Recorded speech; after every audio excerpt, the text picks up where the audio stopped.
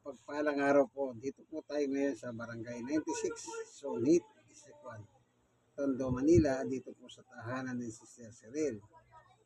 Linggo-linggo o every Saturday ng ganitong oras, pumupunta po ako rito para magbahagi ng salita ng Diyos mula sa Biblia.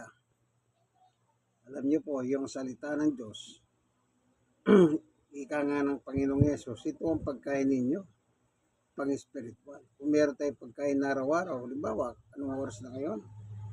Menos 10 para alas 10. Ibig sabihin, nakapag-almusal na po tayo.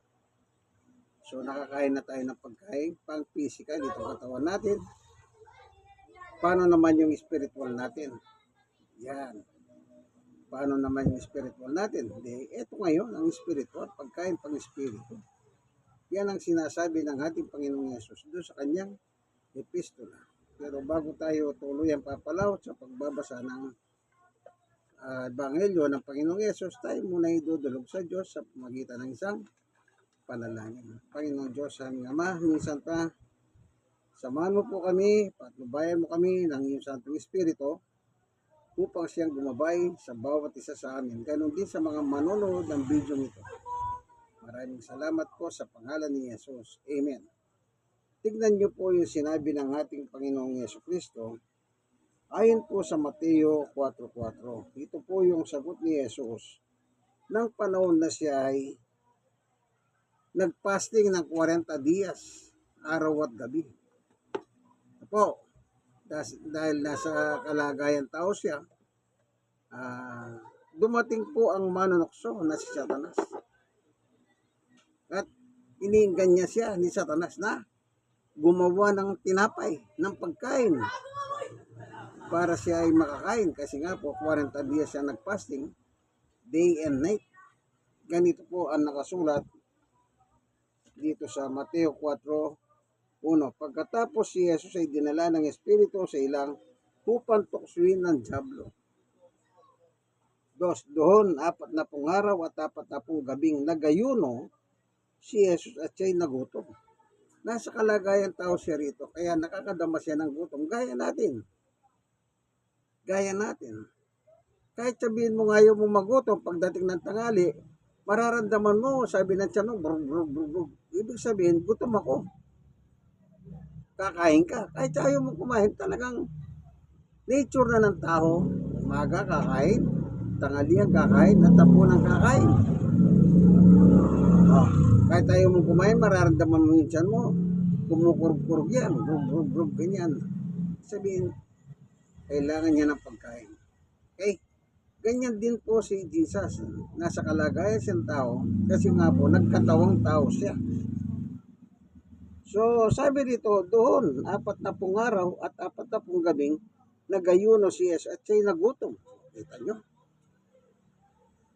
Birthday, dumating ang manunokso, ang dyablo po ito, at sinabi sa kanya, kung ikaw ang anak ng Diyos, yan, ito na yung entrada ni Satanas. Kung ikaw ang anak ng Diyos, sabi niya kay Jesus, gawin mong tinapay ang mga batong ito. May dala siyang bato. Talagang loko si Satanas no? At yung nagdala siya ng bato. Ano sabi niya kay Jesus? Jesus, ito na yung bato, gawin mong tinapay.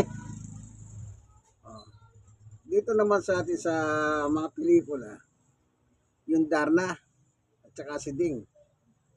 Pag nasa gipit na kalagayan na si Narda, anong sabi niya kay Ding? Ding, yung bato! Pag inagis na yung bato, or inabot kay Narda, at sabay subo, or kaya inagis niya, nasit sa bibig niya, sisigaw ng Darna yan. Magbabago na ngayon si Narda. Nagiging Darna na siya. Isa superpower na siya, no? Yan. Kaya dito, sabi ni Satanas, ito ang bato, gawin mo tinapay. Kung ikaw nga ang anak ng Diyos. Ibig sabihin, kung pagkaraniwan ka lang tao, kaibigan, hindi mo magagawang tinapay ang bato. Kahit anong gawin mo. Andun yung salitang anak ng Diyos. Kung ikaw ang anak ng Diyos. Ibig sabihin, kung anak ka ng Diyos, kaya mong gawin tinapay ang bato. Pero ano sagot ni Jesus? Sa 4. Ngunit sumagot si Jesus na susulat. Ito na po yung sagot ni Jesus. Ano kay Satanas o manunokso tungkol sa batong dala niya na gusto niya pagawang tinapay para may pagkain si Jesus. Hindi lamang sa tinapay nabubuhay ang tao, kundi sa bawat salitang namumutawi sa bibig ng Diyos. Dahil nasa kalagayan tao si Jesus, siyang alimbawa. Siyang alimbawa, ito sinabi niya. Hindi lamang nabubuhay sa tinapay ang tao, kundi sa salita ng Diyos na namumutawi sa bibig ng Diyos. Siyang halimbawa.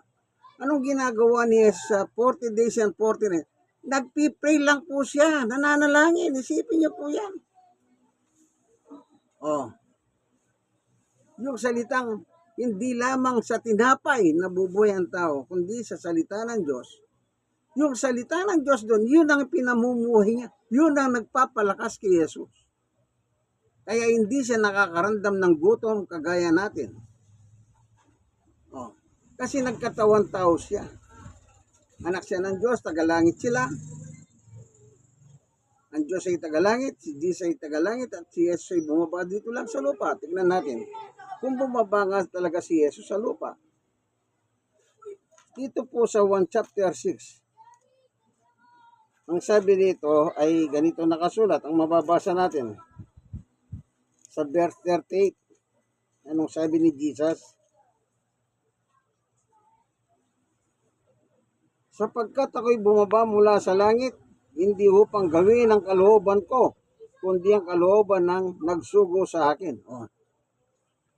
Mula sa langit, bumaba siya, hisinugo siya ng Diyos dito sa ibabaw ng lupa, upang gawin ang kalooban ng Diyos. Kaya nasa kalagayan tao siya. At natural itong si Satanas, tuso kasi yan. Mandaraya, manunokso. Kaya dito sa tagpong ito, tinutokso na niya ang ating Panginoong Yesus. Pero siyempre, hindi naman siya uupra dyan eh. Anak ng Diyos si Jesus, si Satanas, nilikha lang ng Diyos sa pamagitan ni Jesus. Colosas 1:16, 17-18. Kaya sabi ni Satanas, ni Jesus kay Satanas, hindi lang nabubuhay ang tao sa pagkain o tinapay, kundi sa bawat salita ng Diyos. Kaya nabubuhay si Jesus in 40 days and 40 nights sa salita ng Diyos. Nananalangin siya sa Diyos. Nagdadasal siya. Kaya mula sa langit, isinugo siya, bumaba siya upang gawin ang kalooban ng Diyos. Ngayon, dito pa sa talatang 12:49 ng 1, ang sabi ni Jesus, sapagkat hindi ako nagsasalita sa ganang sarili ko lamang, kundi ang Ama nagsugo sa akin, ang siyang nagutos kung ano ang aking sasabihin at ipapahayag ko. Maliwanag po. Ang ipinahayag ni Jesus sa tao sa ibabaw ng lupa ay hindi kanya. Galing sa kanyang Ama na nasa langit, na nagsugo sa kanya dito. Bakit niya sinugo dito si Jesus? Isa lang ang dahilan, makasalanan tayong tao. Walang taong hindi nagkasala sa Diyos. Ang sabi ni Apostol Pablo, lahat nagkasala. So, kailangan natin ng manunubos. Kailangan natin ng tagapagligtas. Ang pwedeng magtanggol sa atin labang kay Satanas. Kung tayo lang hindi natin kaya si Satanas. Kasi hindi siya nakikita. Hindi na nakikita ng ating mga mata. Pero si Jesus po nakikita siya. Nakikita siya. Kaya yung tagpong ito, nag-uusap sila. Tinutokso niya si Jesus sa pamamagitan ng gagawin niya raw na tinapay yung bato. So, naparito si Jesus upang tayo po ay tulungan. Alam niyo po anong nangyayari sa buong mundo. Recently lang, may mga lindol na naganap na naman po.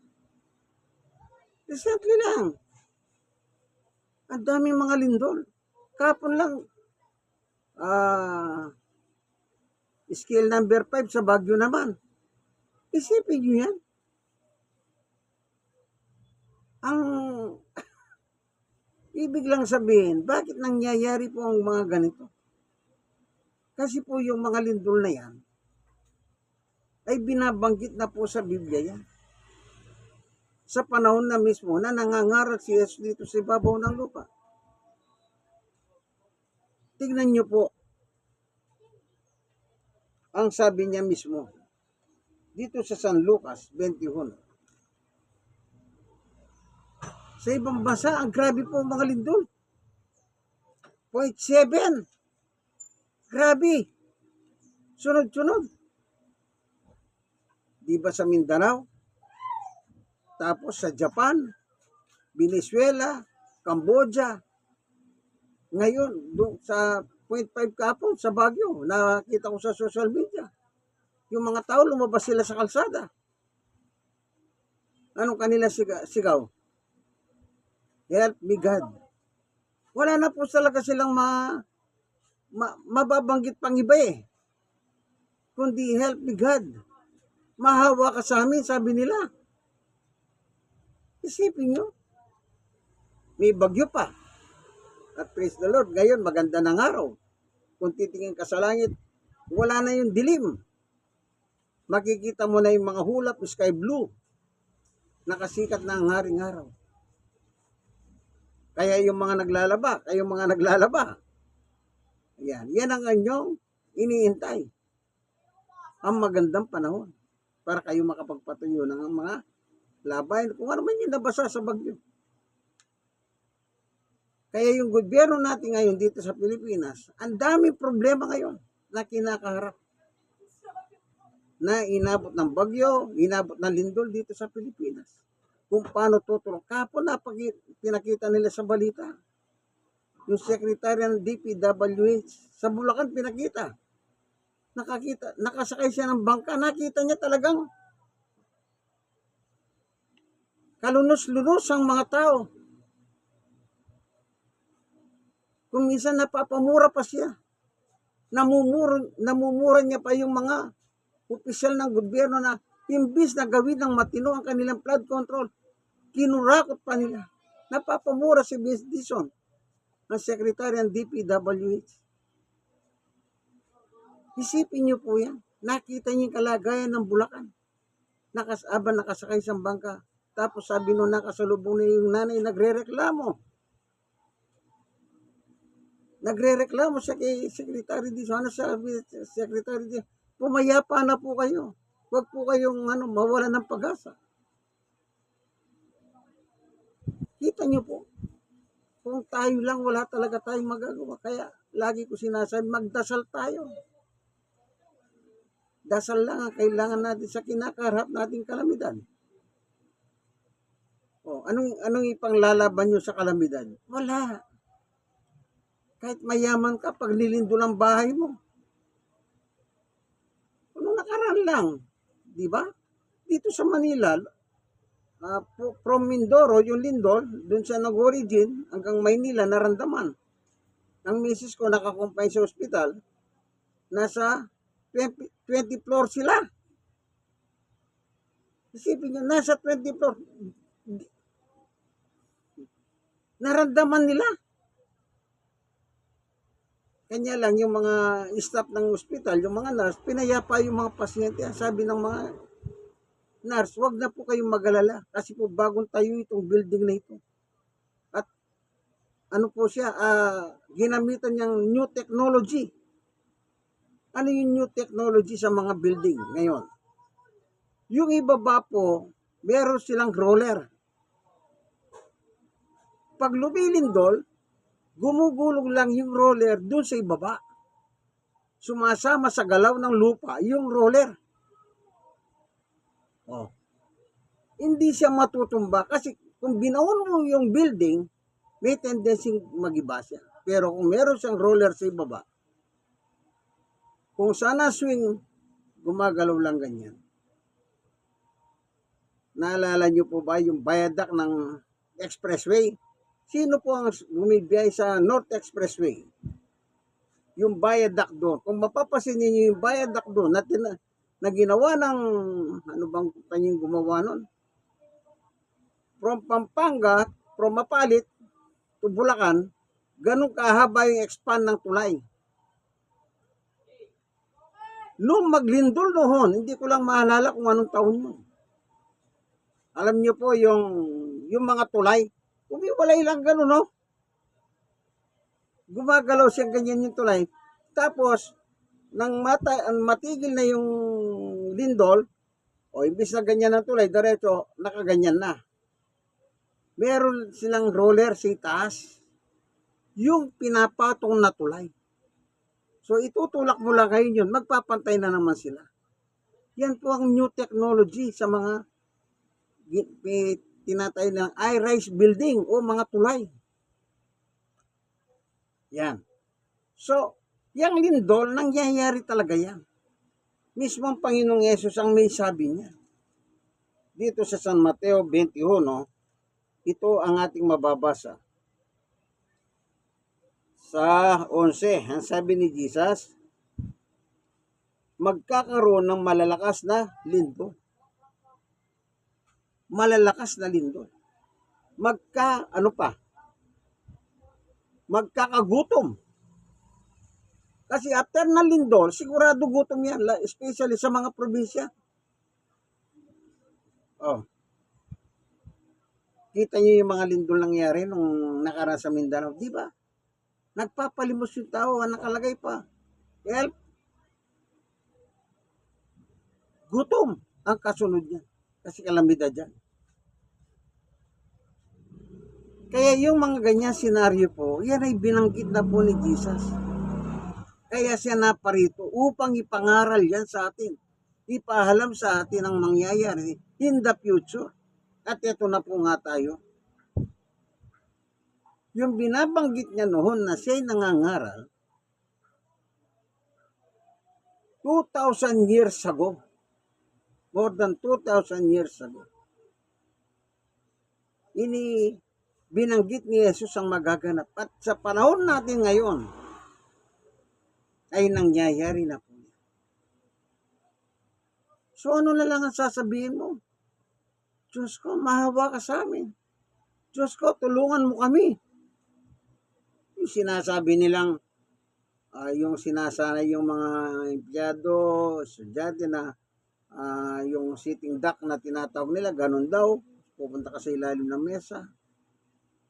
Pag lumilindol, makita mo ang tao, takbuhan sa agdanang pababa. Walang ganyan. Moron, bumababa sila. Dahil sa, hindi nila alam kung anong mangyayari sa building, kung nasa building sila. So sabi ng Panginoon Jesus, yan ay isa sa kanya binanggit. At ang kasunod dito, siyempre gutom. Kumbaga, calamity yan. Kalamidad yan, kaibigan. Kita nyo po. Kaya siya nangangaral.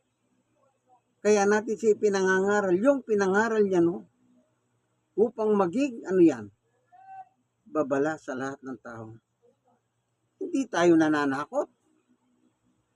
Ako pagka nangyayari po yung iba't ibang kalamidad na yan, sunog, lindol, bagyo, hindi na ako nagtataka. Sapagkat ang mga kalamidad na yan, nabanggit na po sa Biblia yan. So ano lang gagawin natin? Mag-pray na lang. Habang bumabagyo, nakaluhod po kami ni Sister Baby. Nung araw, tumama signal number 1 dito sa Manila. Nakaluhod kami kung saan nang gagaling o pumapaspas ang bagyo. Brownout, nakataas ang kamay namin ni Sister Baby, nagdadasal kami. Naingatan kami. Ingatan yung tinitira namin bahay. Wala ka nang magagawa eh. Wala ka nang magagawa. Nagkasunog sa amin. Ano lang ginagawa? Nagdadasal na lang kami. Minsan nabanggit ko pa. Kung mamamatay ako, dito na ako mamamatay. Hindi ako bumaba sa bahay. Ang sabi ng tao, bumaba ka na, mamamatay ka, masusunog ka dyan, sabi nila sa akin. Ang sabi ko, totoo, mamamatay tayong lahat kako. Pero kung mamamatay ako, gusto ko dito na ako mamatay sa bahay ka ako. Mainit ang apoy. Nasa tabi ko lang ang apoy. Pader lang ang namamagitan sa amin. Dahil yung tinitira naming bahay, row house, yung parang tren, yung kapitbahay namin nasusunog. Kaya kung hawakan mo yung pader na ganyan, napakahinit. Hindi mo mahawakan yung pader, mahinit. Wala ka na rin makita, makapal na usok. Anong ginagawa ko? Nagdadasal na lang ako, kaibigan. Bakit? Wala naman tayong may bumbero nga, wala nga magawa ang bumbero eh. Hindi ko sinasabing hindi magandang walang bumbero o may bumbero. Pero siya lang ang masasabi ko. Kahit ang bumbero walang magawa sa kanya. Bakit? Eh, ang dami nasusunog, wala naman nagawa ang bumbero eh. Oh. Hindi ko sila pinipintasan. Oh. Pero salamat sa Diyos. Tumulong siya. Bakit? Siya ang nagbibigay tulong sa mga nangangailangan. Right away. Hindi ko sinabing yung mga nasunugan, hindi nagdasal yon. Basta ako ang alam ko, nagdadasal ako nung oras na yon. Dahil ang inakala ko, yun ang magiging wakas ko na. Pero praise the Lord. Ito ako ngayon nagpapatotoo sa inyo. Ano yan? Yung salita ng Diyos. Kaya ako, hindi po ako, hindi na ako masyadong takot sa mga ganyan. Na iba't ibang klaseng kalamidad. Dahil nakasulat na po dyan, ano lang gagawin natin? Magtiwala tayo sa Diyos. Sapagkat ang Diyos ang higit na nakakalam sa buhay ng tao. Hawak ng Diyos ang buhay natin, ang ating lahat ng ating hawak niya. At siya lang ang pwede mag-control ng lahat ng bagay. Kaya salamat sa Diyos. Ito, maganda na naman ang panahon na binigay ng Diyos. At nakatingin ako sa langit. Sky blue na. Ibig sabihin, maganda ng panahon. Salamat sa Diyos. Maraming salamat sa iyo, Panginoon Diyos, at pinagtagumpay mo po ang iyong salita dito sa tahanan ni Cesare. Ipinatutuho mo. Sana yung mga nakikinig po ng video ito, yung mga sumusubaybay sa akin sa YouTube, buksan mo kanilang mga puso. Ipakita mo sa kanila ang iyong kapangyarihan, Panginoon Diyos, kung sila man may dinadalang kabigatan sa kanilang buhay. Sapagkat ikaw lamang ang pwedeng makatulong at wala ng iba. Salamat po sa pangalan ni Jesus. Amen. Minsan pa, ito po ang inyong kaibigan kay Jesus, Brother Manny Bautista. Siya naman po si Sister Cheryl, dito sa Barangay 9608, Tondo, Manila. Babayo!